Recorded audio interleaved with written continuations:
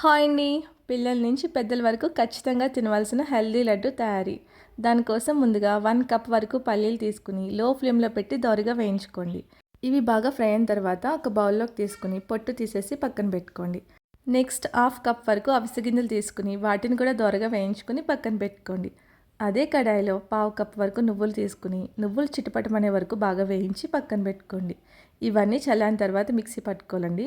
ఒక mixie jar తీసుకుని అందులో పొట్టు తీసినటువంటి పల్లీలు వేసుకుని అందులోనే నువ్వులు కూడా వేసుకుని మెత్తగా మిక్సీ పట్టుకోండి. ఇలా మిక్సీ పట్టిన వాటిని ఒక బౌల్లోకి తీసుకోండి.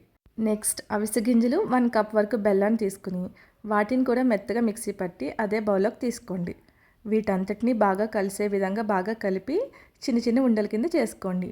ఇందులో మనం ఎలాంటి నెయ్యి యూజ్ చేయాల్సిన అవసరం లేదండి. మనకి డైరెక్ట్గా లడ్డూల కింద ఫామ్ అవుతాయి.